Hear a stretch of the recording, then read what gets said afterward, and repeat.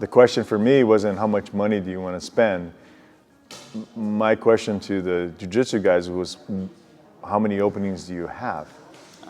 So I didn't really care. I mean, it says, and if they had more openings than I had money, then I would just max out the money that I allocated myself to jiu-jitsu, and I'd max that out. And then it's just, as many openings as you have is, I'll be there, right? Because I was kind of a workoutaholic back then. So, I mean, I was kind of a workout junkie back then. So, you know, they say, well, how much money can you spend? I said, well, how many openings do you have?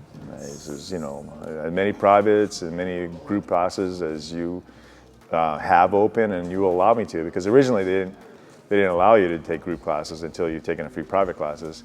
So I says, well, how many private classes can I have? And then he says, well, I only have this many openings. I said, I'll take them, you know?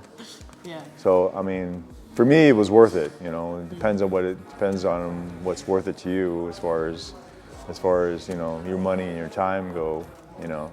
I think back then when I first started, I was still single and didn't have a family, so, I mean, just dump all your money into it, you know, just, you know, it's, you know, my national pastime, I guess.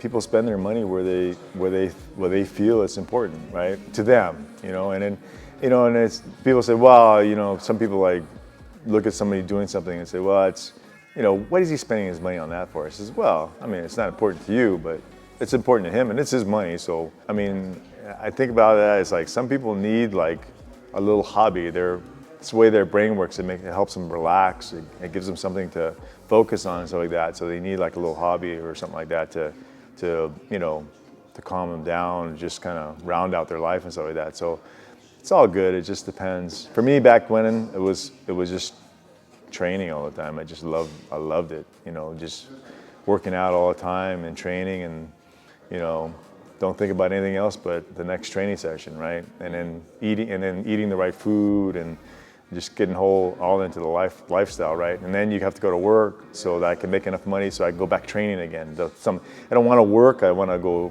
train, you know. I love my work too. So I mean, I started getting my love of my work and going to school and stuff like that, so I started doing that too. So I started getting into kind of love of learning things. I guess I started getting addicted to learning things, right? So going to college and learning things, and my work, learning things, and plus working out and jiu-jitsu and learning things, I just kind of got addicted to learning stuff and getting better and stuff like that. It just kind of got fun. And then I would just dump all my money into it. So, but you know, it just gives you some idea of what you can do. And then just manage your expectations, really. I mean, really look at what you're doing. Are you a hobbyist or are you a professional? Do you put all your time into it, or you just tinker around a bit? Well, if you tinker around, you're going to be a tinkerer, right? If you put all your time and money into it, you might be a pro. Might be. No guarantees, but you know, if you put the time in, the chances of being a pro are better. If you just tinker around with it, your chances of being a pro just went down. It's like, can I still be a pro and tinker around with it? Yeah, there's some people that, you know, don't have to put that much effort and they can still be pro. But that's very rare, you know. So most people have to put the time in. I think you should enjoy life. I mean, if you want to be a pro and that's your life fulfillment, and you love doing that, hey.